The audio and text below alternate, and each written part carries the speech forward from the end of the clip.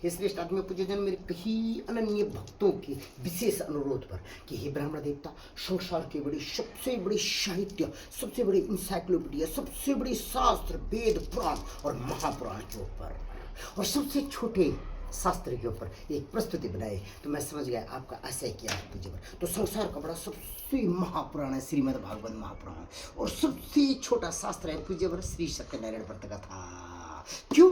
क्योंकि ये हर प्राणी के बस का नहीं है कि अपनी सामर्थ्य अनुसार हर कोई इसको कर सके, लेकिन अपनी श्रद्धा के अनुसार हर कोई प्राणी इसको कर सकता है, क्योंकि ये संसार का सबसे लघु और सबसे श्रेष्ठ नहीं परम श्रेष्ठ पूज्यवर। और इसमें भगवान श्री हरि के मुख से सीधे वाणी निकल रही, किसको? देव ऋषि नारद को। हे देव ऋषि नारद, जो भी प्राणी इस व्रत को करेगा, क्या लिखा? व्रतमस्ति महापुण्यम स्वर्गीय मर्त्य च दुर्लभम, यानी इस लोक में नहीं, तीनों लोक में इससे बड़ा कोई व्रत नहीं है। जो इस व्रत को करेगा उसके आज तक के पूर्व जन्म के जो भी पाप हो सारे क्षय हो जाएंगे, इसलिए परम श्रेष्ठ है। और जब तक संसार में रहे, संसार के भोगों को भोगे, और उसके बाद मेरे परम धाम वैकुंठ को प्राप्त होगा, जो एक बार सत्यनारायण व्रत कथा करेगा। लेकिन यहाँ भी हमसे गलती हो जाती है पूज्य पर। सुनिए, ये कब करना है? निशामुखी। ये लिखा है शास्त्र, देखिए पूज्य पर, निशामुखी। निशा माने होता है रात्रि का प्रथम प्रहर। श्री कृष्ण भगवान जो जिंदगी भर गाय चलाता था ना, वो अपनी माँ को क्या बोलते? मैया, 4 प्रहर बंसी बट भटके साँझ परे मैंने संध्या काल में मैं घर आया हूँ, मैंने कब माखन चुराए। अब जो जिंदगी भर गाय चराता रहता, उस गोपाल गोविंद की, श्री कृष्ण कान्हा की आप कथा कब करे? सुबह।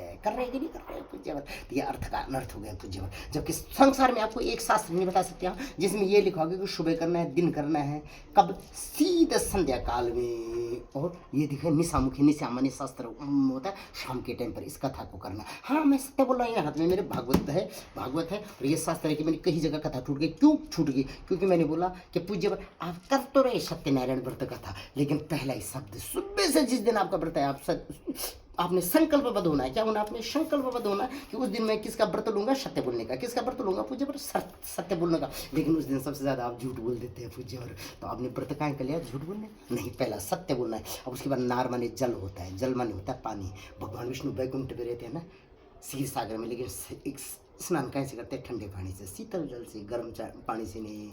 नहीं नहीं नहीं नहीं।